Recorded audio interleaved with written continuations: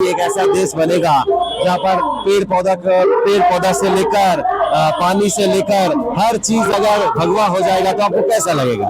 तो भाजपा उसी तरह का देश बनाना चाहता है। हिंदू धर्म का जो डाइवर्सिटी है, इंडिया में लैंग्वेज का जो डाइवर्सिटी है, इंडिया में खाने पीने का जो डाइवर्सिटी है, वो सारे डाइवर्सिटी को तोड़ के सिर्फ वन डायमेंशनल हिंदुस्तान वाला नेशन बनाने का ही प्लान उन लोगों का है कि भाजपा जहां जहां जब तक रहेगा तब तक उस स्टेट वो कंट्री हो, स्टेट हो, किसी शहर हो, गांव हो, वो आगे नहीं बढ़ेगा। आजादी का लड़ाई था, उसमें जो लोग गुलामी के पक्ष में थे, जो लोग ब्रिटिश के पक्ष में थे, वो आरएसएस बीजेपी के जो दादा परदादा है वही लोग। देखिए ये जो आजादी स्लोगन है, ये आजादी स्लोगन से बीजेपी का प्रॉब्लम है। बीजेपी ने बोला था ये आजादी स्लोगन जो देगा मतलब बहुत कुछ होगा इस स्टेट में। फिर से हम लोग देखा बीजेपी का रैली था, उनमें भी ये जो आजादी नारा स्लोगन है। तो आज स्टूडेंट से जानते हैं आजादी स्लोगन पश्चिम बंगाल में रहेगा या नहीं रहेगा। आजादी स्लोगन फ्रीडम फाइटिंग से जुड़ा हुआ है, हम सब लोग जानते हैं। आजादी स्लोगन से क्या बीजेपी का। चलिए आइए ये देखिए, यहाँ पर इतने सारे स्टूडेंट्स है, इन लोग से जानते हैं आजादी स्लोगन का मतलब क्या है, आजादी स्लोगन का डेफिनेशन क्या है स्टूडेंट्स के लिए। पहली बात तो ये आजादी स्लोगन को लेकर बीजेपी का बहुत प्रॉब्लम था। अब ये कलर को लेकर बहुत प्रॉब्लम है, सफेद कलर को लेकर प्रॉब्लम है, ब्लू कलर को लेकर प्रॉब्लम है, सिर्फ पूरा शहर ऑरेंज होना चाहिए। मतलब भगवा छोड़ के सभी कलर को लेकर प्रॉब्लम है। तो एक बार आप सोचिए कि एक ऐसा देश बनेगा जहाँ पर पेड़ पौधा से लेकर पानी से लेकर हर चीज अगर भगवा हो जाएगा तो आपको कैसा लगेगा। तो भाजपा उसी तरह का देश बनाना चाहता है। हिंदू धर्म का जो डाइवर्सिटी है, इंडिया में लैंग्वेज का जो डाइवर्सिटी है, इंडिया में खाने पीने का जो डाइवर्सिटी है, वो सारे डाइवर्सिटी को तोड़ के सिर्फ वन डायमेंशनल हिंदुस्तान वाला नेशन बनाने का ही प्लान उन लोगों का है और हम उसके खिलाफ है। इसीलिए उनका जो ये प्लान है, इस प्लान से हम लोग आजादी मांग रहे हैं। बीजेपी का रैली में तो आजादी स्लोगन उठ रहा है, तब कोई प्रॉब्लम नहीं हो रहा है। ये तो वो लोग फासिस्ट है, और जो फासिस्ट है उनका नेचर यही रहता है कि वो कुछ भी कर सकता है। उनका गवर्नमेंट है, उनका स्टेट है, उनका जुडिशियरी भी हो गया, उनका मतलब तो बहुत सारा मशीनरी पुलिस वगैरह सब उनका है, तो वो कुछ भी कर सकते हैं। लेकिन अगर उसके जैसे ही कोई काम अगर हम करें तो वो प्रॉब्लम हो जाएगा उनके लिए। वो लोग दिखाएंगे कि हम देशद्रोही है, हम पाकिस्तानी फंडेड है, हम यूएस फंडेड है, हम डीप स्टेट है। तो ऐसा चलता रहेगा, ये लोगों का स्ट्रेटेजी है। लेकिन जो जनता है, जो आम आदमी है, वो उनके खिलाफ हमेशा रहेगा, अपनी आवाजों को बुलंद करेगा और लड़ाई संघर्ष में रहेगा। एकेडमी ऑफ फाइनर्स में जो कलर का लड़ाई चल रहा है, व्हाइट हो रहा है, फिर से ऑरेंज हो रहा है, मतलब इससे तो ये पश्चिम बंगाल आगे नहीं बढ़ेगा। बट उनका बीजेपी का कहना है कि ये जो ऑरेंज कलर है ये अब उठाने का स्वामी विवेकानंद का मतलब डिस्प्ले। जब पहले तो वो सफेद कलर था, सफेद रंग था, सफेद को पहले ऑरेंज बना दिया गया। क्यों बना दिया गया? एकेडमी ऑफ फाइनर्स का कलर ऑरेंज क्यों बना दिया गया? ऑरेंज में नहीं, भगवा सैफरन। क्यों सैफरन बनाया गया? इसका पीछे कोई लॉजिक है?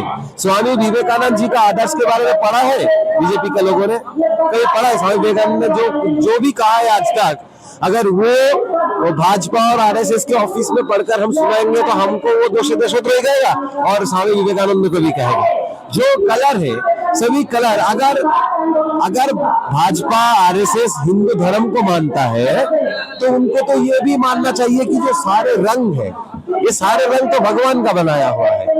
ये सारे रंग, अगर शिव जी है कोई, अगर शिव जी ने पूरा यूनिवर्स को क्रिएट किया है तो वो रंग भी तो शिव जी ने ही क्रिएट किया होगा। जो लोग अल्लाह को मानते हैं वो लोग ये तो बिलीव करते हैं कि जो रंग है सब सारे रंग अल्लाह ने बनाया है। तो फिर किसी रंग से दुश्मनी क्यों? किसी रंग को इतना ज्यादा प्रायोरिटी देना क्यों और किसी रंग को इस तरह दबा देने का कोशिश किया? तो एक्चुअली ये लोग किसी धर्म को नहीं मानते हैं। ये इस इंसिडेंट के थ्रू फिर से साबित हो गया। ये लोग एक्चुअली पॉलिटिक्स करने आए हैं, धर्म को इस्तेमाल करने का पॉलिटिक्स, और इस धर्म को इस्तेमाल करने का पॉलिटिक्स के जरिए वो लोग एक सेंटिमेंट क्रिएट करना चाहते हैं, जिस सेंटिमेंट पे उनका वोट बैंक क्रिएट है। तो भाजपा का जो ये कोशिश है, ये कोशिश कामयाब ज्यादा दिन तक नहीं होगा। बंगाल कभी भाजपा के राजनीति से, रंग बदल के राजनीति से, नाम बदल के राजनीति से आगे नहीं बढ़ेगा। इंफ्रास्ट्रक्चर को डेवलप करना चाहिए, सोच को आगे बढ़ाना चाहिए, जहां जहां पर दिक्कतें हैं लोगों का लाइफ में, उस दिक्कतें को कमाना चाहिए, घटाना चाहिए। इसका अगर कोई उद्योग वो लोग लेंगे तो जो है बंगाल आगे बढ़ेगा। लेकिन सीधी सी बात यह है कि भाजपा जहां जहां जब तक रहेगा तब तक उस स्टेट, वो कंट्री हो, स्टेट हो, किसी शहर हो, गांव हो, वो आगे नहीं बढ़ेगा। भाजपा रहेगा तो पीछे ही हटेगा। आजादी स्लोगन को लेकर बीजेपी का प्रॉब्लम है, तब बीजेपी का जब रैली हो रहा है तब भी आजादी का स्लोगन, ये नारा उठ रहा है, बट ये जब लेफ्ट फ्रंट का ये रैली हो रहा है तब क्या प्रॉब्लम है आजादी स्लोगन से? वो तो उन्हीं को मालूम होगा, क्योंकि आजादी से उन्हीं को दिक्कत होना चाहिए जिनको गुलामी पसंद है। हमारे देश का जो इतिहास रहा है, जो आजादी का लड़ाई था, उसमें जो लोग गुलामी के पक्ष में थे, जो लोग ब्रिटिश के पक्ष में थे, वो आरएसएस बीजेपी के जो दादा परदादा है वही लोग। तो ये नेचुरल है, हम लोग जब आजादी मांग रहे हैं उनको चुभ रहा है। और हम किस चीज से आजादी मांग रहे हैं? हम बोल रहे हैं भुखमरी से आजादी, सामंतवाद से आजादी, पितृसत्ता से आजादी। तो अगर बीजेपी को सामंतवाद पसंद है तो उनको चिढ़ होना चाहिए। अगर उनको पितृसत्ता पसंद है, अगर वो विश्वास नहीं करते कि नारी और पुरुष दोनों समान समान है, तब उनको दिक्कत होना चाहिए। हमें लगता है असल में वो सामंतवादी है, वो रूढ़िवादी है, पितृसत्ता को विश्वास करते हैं, तभी जब हम इनसे आजादी चाहते हैं उनको चुभता है, उनको परेशानी होता है। ब्रिटिश चला गया है देश से, फिर से आप लोग आजादी आजादी कर रहे हैं, इसलिए तो बीजेपी बोला आजादी स्लोगन क्यों? देखिए, मैंने बताया कि आजादी स्लोगन तब तक रहेगी जब तक इस देश में किसी भी जो देश की नागरिक है, उन किसी को भी इकोनॉमिकल जो कॉज है उसके बदौलत किसी को भी शिक्षा नसीब ना हो, या खाना नसीब ना हो, या फिर रहने की जगह नसीब ना हो, तब तक हम आजादी के नारे लगाते रहेंगे। क्योंकि पॉलिटिकल फ्रीडम के साथ साथ इकोनॉमिकल फ्रीडम और सोशल फ्रीडम भी चाहिए। जब तक इस देश में किसी भी दलित बच्चे अपने ब्राह्मण शिक्षक की बोतल से पानी पीने की इजाजत नहीं मिल जाता, तब तक आजादी की नारा हम लगाते रहेंगे। मतलब पश्चिम बंगाल में तो आजादी स्लोगन जरूरी क्यों है? मतलब ये जो कलर चेंज का लड़ाई आप लोगों का चल रहा है एकेडमी ऑफ फाइन आर्ट्स में, सफेद हो रहा है, फिर ऑरेंज हो रहा है, मतलब ये रंग लेकर लड़ाई चल रहा है। एक तरफ नौकरी है, खाना है, इसको लेकर लड़ाई होना चाहिए, क्या रंग लेकर लड़ाई हो रहा है पश्चिम बंगाल में? देखिए, नौकरी और खाना, नौकरी नहीं है, खाना नहीं है, रहने की जगह नहीं है, ये बात हम वामपंथी लोग ही बता रहे हैं। हम रंग लेकर सिर्फ लड़ाई कर रहे हैं, ऐसे बात नहीं है। जब हॉकर्स की ऊपर बीजेपी की बुलडोजर आके अटैक करते हैं या उनकी बस्ती को तोड़ देते हैं, तब उनके साथ हम वामपंथी लोग ही अपने झंडे लेकर खड़े रहते हैं। तो हमारा जो पॉलिटिक्स का, हमारा संगठन का जो बेसिक है वो यही है कि इस देश की जो सारी नागरिक है, उनकी जो बेसिक राइट्स है, यानी कि एजुकेशनल राइट है, उनकी रहने की जगह की राइट है, खाने पीने की राइट है, जॉब करने की राइट है, वो जब तक मिल नहीं जाता हमारा लड़ाई, हमारे संग्राम चलता रहेगा। इस वक्त हम लोग के साथ मौजूद हैं बिहार की बेटी कांति कुमारी, एसएफआई स्टेट प्रेसिडेंट। बिहार में आपका जो लड़ाई है, पश्चिम बंगाल में भी लड़ाई चल रहा है स्टूडेंट्स का बीजेपी के खिलाफ, स्टेट गवर्नमेंट के खिलाफ, तो क्या नजर आ रहा है मतलब बीजेपी बिहार में कैसा है और पश्चिम बंगाल में क्या फर्क नजर आ रहा है? वो हम तो नगर नौसा के अंदर, बिहार के अंदर ये लड़ाई कर रहे थे कि नगर नौसा प्रखंड के मुख्यालय पे डिग्री कॉलेज होना चाहिए, क्योंकि वो एक प्रखंड है और उसमें 9 पंचायत है और वहाँ पे 100 गांव का एक मार्केट नगर नौसा था।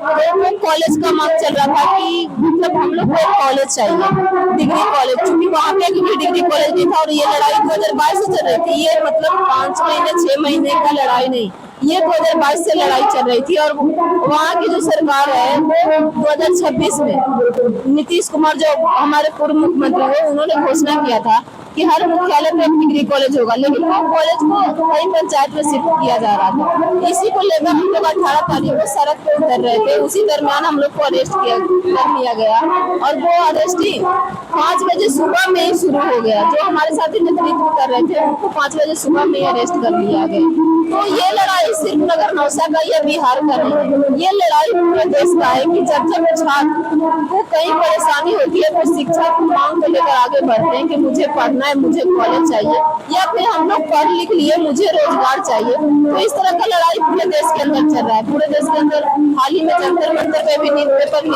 को लेकर चला। इससे कुछ दिन पहले बीपीएससी का पेपर लीक हुआ था, उसको लेकर भी चला। तो हर दिन कहीं ना कहीं छात्र सड़क पे उतर रहे हैं।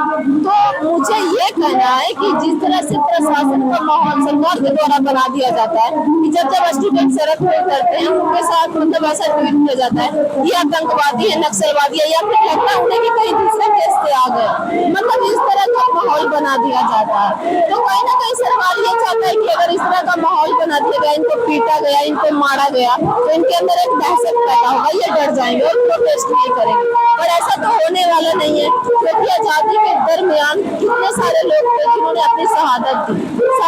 कई सारे लोग थे, किसान मजदूर जो आगे आकर पेश कर रहे थे, नेतृत्व कर रहे थे, जैसे भगत सिंह, राजगुरुदेव, सुखदेव, महात्मा गांधी जैसे लोग शामिल थे और वो आजादी की लड़ाई में योगदान दिए। भले वो हमारे बीच नहीं है, लेकिन उनकी आजादी को हम महसूस कर रहे हैं, हम कहीं ना कहीं खुलकर जी पा रहे हैं उनके कारण। तो हम लोग आज जो लड़ाई लड़ रहे हैं तो आगे आने वाला पीढ़ी के लिए लड़ रहे हैं। मैं ग्रेजुएशन फाइनल की, लेकिन फिर भी कॉलेज के लिए लड़ रही थी, इसलिए कि आने वाले जो बच्चे हैं वो वहाँ पे पढ़ पाए। और इस तरह का शिक्षा को लेकर, रोजगार को लेकर पूरे देश में आंदोलन चल रहा है। अब कितना भी मार लो ना स्टूडेंट को, स्टूडेंट करने वाले नहीं है, वो आगे आकर लड़ेंगे ही। और वो देखा भी गया, इतना प्रोटेस्ट होने के बाद मारे उनको पीटा गया, लेकिन धर्मेंद्र प्रधान को इस्तीफा देना ही पड़ा। वो कहीं ना कहीं घुटने टेके स्टूडेंट के सामने ना, और आने वाले समय में भी ऐसा ही होगा। आप अगर उनका शोषण करोगे, उनको शिक्षा से वंचित करोगे, पेट पे मारोगे तो सह लेंगे, बट दिमाग पे मारोगे तो वो तो नहीं सहेंगे ना। अगर आप हमें शिक्षा से दूर रखना चाहोगे वो हम बर्दाश्त नहीं करेंगे, हमेशा लड़ेंगे।